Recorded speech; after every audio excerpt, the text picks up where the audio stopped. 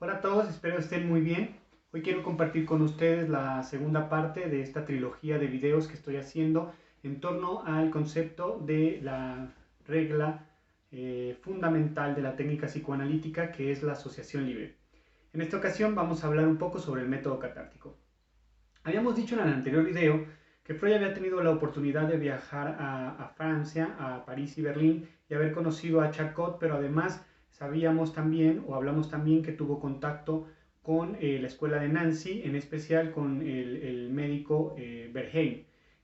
Ahí descubre que así como Charcot estaba tratando de investigar y hacer nosografía cada vez más compleja acerca de los fenómenos neuróticos e histéricos que estaba estudiando y que, recordemos, que no tenían una causa orgánica, los doctores o médicos de la escuela de Nancy estaban trabajando en la terapéutica, es decir, no se dedicaban meramente a hacer nosografía, sino que trataban de eliminar o curar por medio de algunas técnicas terapéuticas a los pacientes que acudían a su clínica que sufrían este tipo de malestares neuróticos histéricos.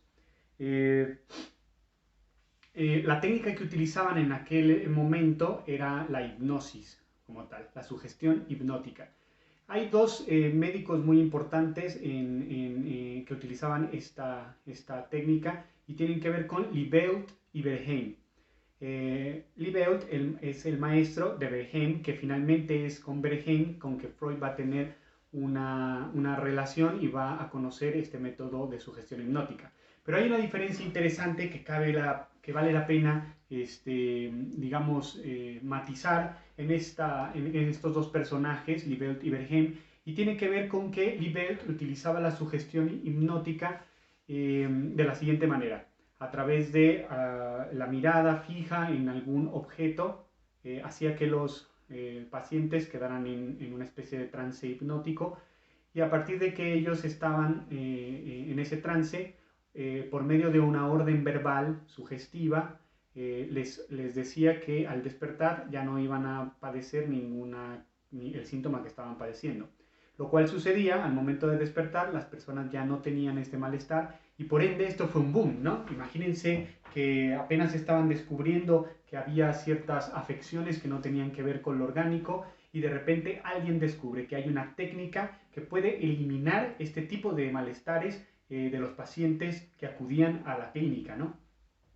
Por otro lado, tenemos a Belheim, que como les dije fue alumno de Liebeult, y este descubrió algo más interesante aún. La importancia de la sugestión hipnótica con Liebeult era que solo había posibilidad de cura si el paciente estaba en estado hipnótico, ¿sí? O sea, la clave para la cura era que el paciente estuviera en ese estado para que pudiera funcionar la sugestión.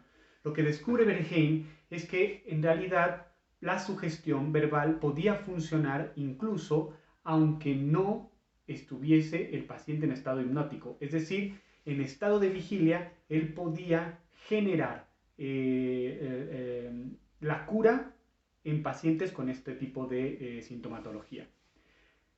Sin embargo, Freud empieza también interesado más en estas afecciones y obviamente en encontrar o teorizar sobre las mismas, pero además generar o crear una técnica terapéutica. Bueno, empieza a experimentar con el método de sugestión hipnótica. Sin embargo, este método no lo convence del todo y es ahí donde cobra importancia la relación que establece Freud con Breuer. Aquí, a partir de aquí, vamos a hablar un poco sobre el método catártico, que va a suplir el método de sugestión hipnótica. En cuanto al método catártico, tenemos que no es propiamente una creación de Freud, sino que Breuer ya lo había estado trabajando y él es el que le comparte finalmente a Freud dicho método. El método consistía en lo siguiente. Es importante aquí recalcar que podemos dividir en dos partes este método. Una teoría que explica la causa del malestar en cuanto a la histeria y la neurosis, ¿sí? Y a partir de esa explicación teórica surge una técnica que trata de eliminar o curar a los pacientes de dicho malestar. La idea del método catártico parte de estas primeras observaciones que hacían Breuer y Freud, y que había otras personas que ya estaban trabajando con lo mismo, que tienen que ver con los fenómenos de disociación de la conciencia. Cabe resaltar que estamos hablando no de inconsciente, que va a venir después en la teoría freudiana, sino que en este momento se le llamaba nada más la disociación de la conciencia o la doble conciencia, como lo mencionan en los estudios sobre histeria de Breuer y Freud. Ahora, esta disociación de la conciencia hacía suponer al médico que había ciertas representaciones, ideas, recuerdos, sucesos que estaban almacenados en otra conciencia, no en la conciencia primaria, por así decirlo, ¿sí? Entonces había que acceder a esos representaciones que estaban almacenados en esta otra conciencia, y la pregunta era ¿cómo? Pero además había que explicar antes por qué ciertos elementos no accedían a esta conciencia primaria, y quedaban relegados a una segunda conciencia. Esta teorización la podemos encontrar dentro de estudios sobre histeria, como ya les mencioné anteriormente, y lo que pensaban Freud y Breuer en aquel entonces era lo siguiente. Generalmente nosotros, ante una situación vivida, algún sobresalto, alguna situación penosa, vergonzosa, o que genera tristeza, enojo, alguna emoción que tiende hacia la descarga, pues lo normal justamente es eso, que al momento de recibir cierta estimulación, reaccionamos a ese estímulo, a esa situación, mediante una descarga, ya sea a nivel fisiológico, ya sea a nivel verbal, pero hay una descarga que obviamente hace que toda la tensión que acumulábamos en nuestro cuerpo a partir del estímulo, ¿sí?, se descargue, y entonces volvamos a un estado de paz o de reposo, por así decirlo. Entonces, lo que teorizaban Breuer y Freud en este momento era que había sucesos, ¿sí?, que no habían sido descargados, sino que habían quedado almacenados y relegados a una segunda conciencia porque no habían sido descargados, es decir, no había sido agotada toda esa intensidad, toda esa situación afectiva, emocional que había tenido que haberse descargado con anterioridad. Ahora, había dos hipótesis, una meramente de Breuer y una meramente de Freud, ¿sí?, que explicaban un poco por qué no se había podido descargar eso normalmente, ¿no?, como normalmente se daba. Y la explicación de Breuer correspondía a lo que él teorizó como estados hipnoides, es decir, que en el momento en que sucedían algunas situaciones de la vida del sujeto, en realidad no estaba, digamos, al 100% su conciencia, sino que se encontraba en algún estado hipnoide, que a su vez tenía que ver tal vez con alguna situación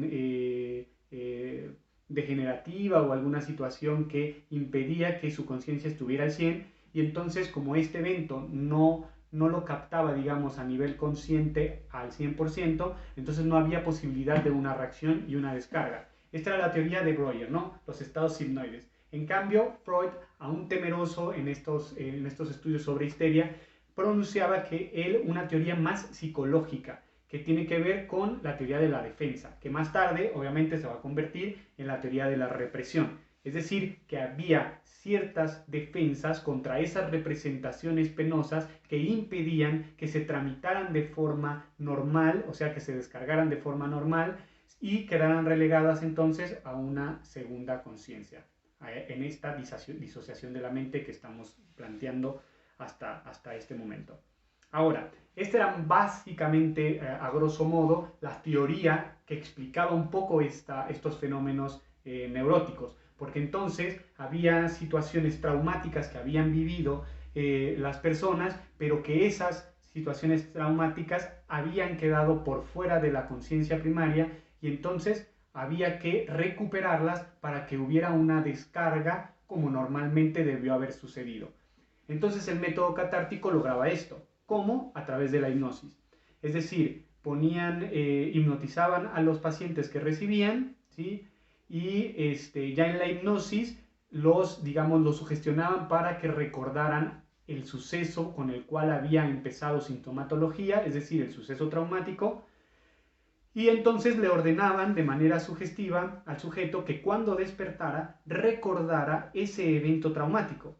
Entonces, al despertar, el sujeto recordaba este evento y entonces sucedía un fenómeno al cual denominaron abreacción, que podemos de alguna manera relacionar con el concepto de catarsis, en donde aquello que estaba relegado de la conciencia, al momento de acceder ahora sí a la conciencia primaria y conectarse con los afectos, había posibilidad en ese momento de que entonces hubiera una descarga de aquello que había quedado bloqueado, ¿sí? Ya sea porque había sucedido en un estado de hipnoide o por alguna defensa, ¿sí?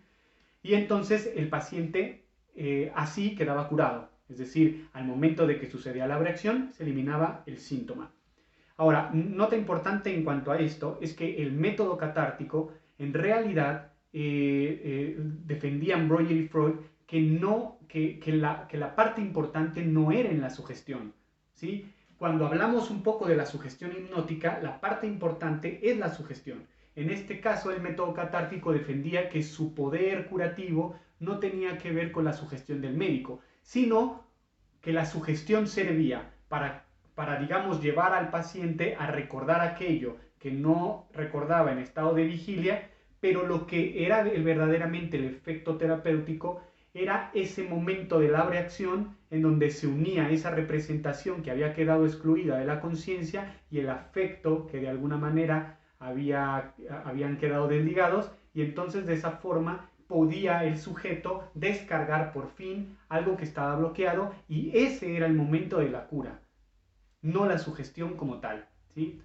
Posteriormente, las investigaciones de Freud van a ir como hacia diferentes caminos que las de Breuer. Van a haber algunos desacuerdos, sobre todo cuando Freud empiece a postular su teoría de la sexualidad infantil, y Breuer no va a estar de acuerdo, entonces van a romper, y Freud se va a dar cuenta después, posteriormente, que la técnica hipnótica no le funciona la técnica, perdón, del método catártico, que emplea la hipnosis como técnica, no le sirve con todos sus pacientes. No todos sus pacientes van a poderse dejar hipnotizar, y además los resultados de dichas curas no van a ser estables, no van a ser duraderos, y van a reaparecer los síntomas.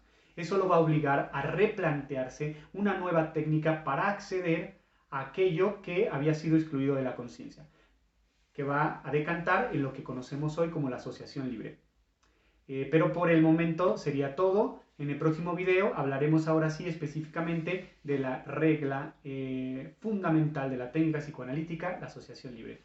Si les gustó este video, por favor denle like y suscríbanse al canal, y yo los espero en el siguiente video para hablar de, ahora sí, el tema central de esta trilogía, que es la asociación libre. Un saludo y que estén bien.